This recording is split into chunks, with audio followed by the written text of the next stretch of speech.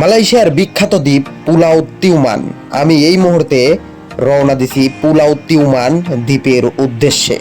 আমি যে কোম্পানিতে কাম করি সেই কোম্পানি থেকে কোম্পানির ট্যুর যাতিছে পুলাও তিউমানের উদ্দেশ্যে।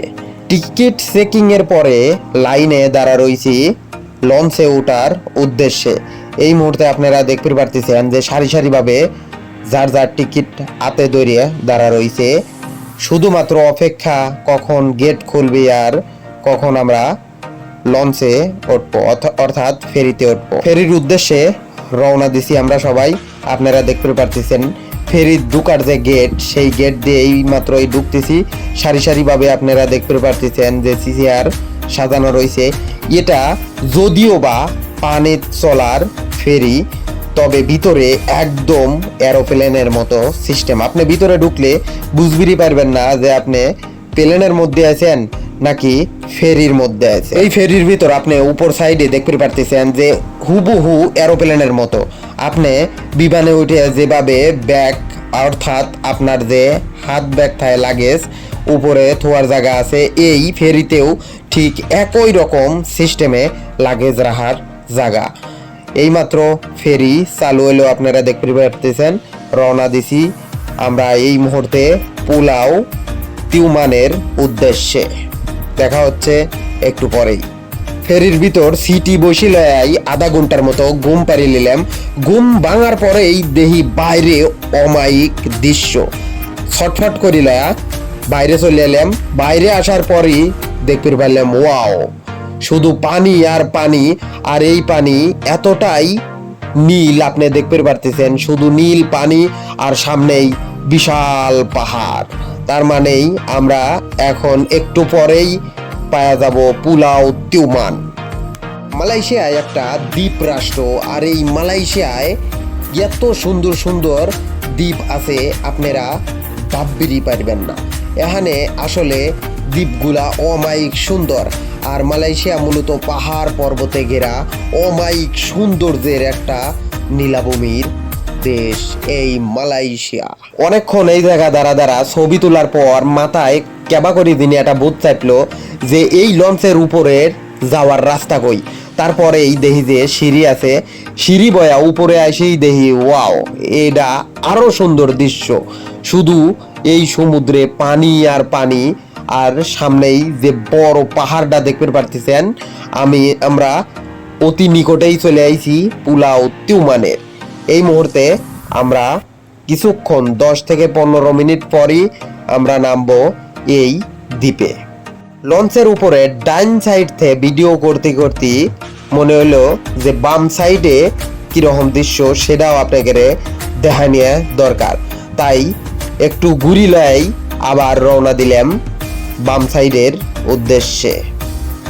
বাম সাইডে ক্যামেরা ঘুরানোর পরেই দেখতে পারলাম যে বড় একটা ট্রলার রওনা দিছে আবার মালয়েশিয়ার যে মূল দ্বীপ সেই দ্বীপের উদ্দেশ্যে। আমি এই মুহূর্তে ঘুরতেছি, আপনারা দেখতে পারতেছেন। এইটা হলি আমার যে ফেরির পিছনের দৃশ্য। একটু ঘোরার পরেই আপনারা দেখতে পারতেছেন আর একটা ফেরি, এটা রওনা দিছে মালয়েশিয়ার মেইন দ্বীপের উদ্দেশ্যে।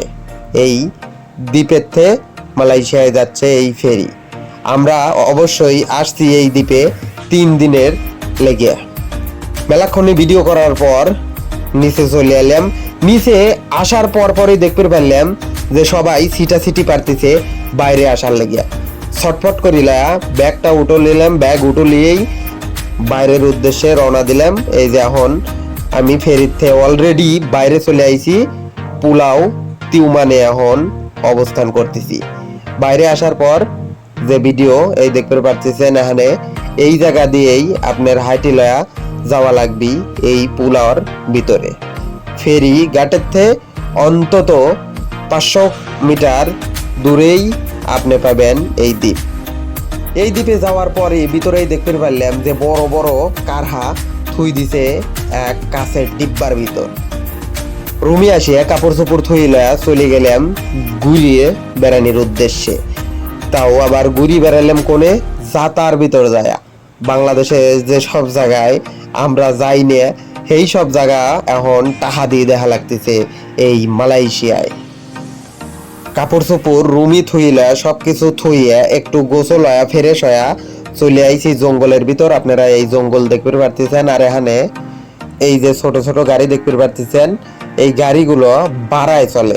আপনি যদি পায়ে টিয়ে এই জঙ্গলটা ঘুরবেন না চান, আপনি এই গাড়ি ভাড়া করিয়াও ঘুরবেন পারেন। তবে এই দ্বীপে আপনি যা কিছুই কেনেন সব কিছুই এক্সপেন্সিভ। আপনি যদি একটা পানির বোতলও কেনেন 4 থেকে 5 রিঙ্গিত লিবি এই দ্বীপে, এর কমে আপনি একটা পানির বোতল পাবেন না, যেটা আপনি কুয়ালালামপুর অথবা সেলাঙ্গরে আপনি যেখানেই থাকেন মেইন মালয়েশিয়ায় 1 টাকা অথবা 1.5 টাকায় পাওয়া যাবে পারেন। এই জঙ্গলের যতই ভিতর পালি আপনারা যাবেন ততই উঁচুর দিকে আপনারা অগ্রসর হবির থাকবেন, কারণ সামনে যত দূর যাবেন তত দূর মানে পাহাড়ের আপনি উপরে উঠতে থাকবেন। আমরা এই মুহূর্তে আরো ভিতরে যাচ্ছি, ভিডিওর সাথেই থাকেন। এই জঙ্গলের সরু একটা যে রাস্তা আপনারা দেখতে পারতেছেন, ঠিক এই রাস্তা ধরেই আমরা সামনের দিকে আগাতে থাকবো। তারপরে ভিতর পালি যায় দেখবো যে এই জঙ্গলের ভিতরের দৃশ্যটা আসলেও কিরকম। আপনারা জঙ্গলের চারিপাশে দেখতে পাচ্ছেন ছোট ছোট গাছপালা আর লতা পাতায় ঘেরা। আমরা এই মুহূর্তে জঙ্গলের মাঝখানে আছি। আপনারা দেখতে পাচ্ছেন বিশাল বড় বড় পাথর, এই পাথরের উপরেই আমি এই মুহূর্তে যাচ্ছি। আপনারা দেখতে পাচ্ছেন এই পাহাড়ে আপনি যে পাথরগুলো দেখতে পাচ্ছেন বিশাল বড় বড়, আর উপর থেকে ঝর্ণার পানি রশি রশি ভাবে নিচে নামতেছে। আর এই দ্বীপে নদীর পানির থেকে শুরু করিয়া ঝর্ণার জঙ্গলের ঝর্ণার পানি পর্যন্ত একদম স্বচ্ছ কাচের মতো পরিষ্কার। আমি এত বড় বড় পাথর দেখিয়ে লাভদাপ পারিল এই পাথরের উপর চলে এলাম। আসলেও এত বড় বড় পাথর আমার কখনো দেখা হয় নাই, এই প্রথম দেখলাম বিশাল বড় বড় পাথর। আর এই পাথরের ভিতর দিয়েই চলে আসতেছে ঝর্ণার পানি।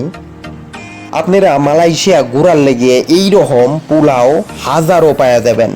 আপনারা যদি সুন্দর সুন্দর জায়গায় যাবির চান, নতুন মালয়েশিয়ায় ট্যুরে আসতেন, আপনারা যাবির পারেন পুলাও কেতাম, পুলাও তিউমান, পুলাও পাঙ্কো।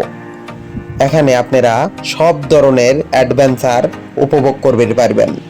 সব কিছু শেষে আমি চলে এলাম বাসায়। বাসায় আসার পর ফ্রেশ হয়ে আবার 6টায় খাবার গেলাম, খাওয়া দাওয়া শেষ করে এখন নদীর পাড়ে আপনারা দেখতে পাচ্ছেন আমি দাঁড়া আছি, সূর্য অলরেডি ডুবে গেছে। সো আজকে ব্লগ এতটুকুই, এখন বাসায় যাব, রেস্ট নেব। টাটা, আল্লাহ হাফেজ, bye bye, good night. Malaysia.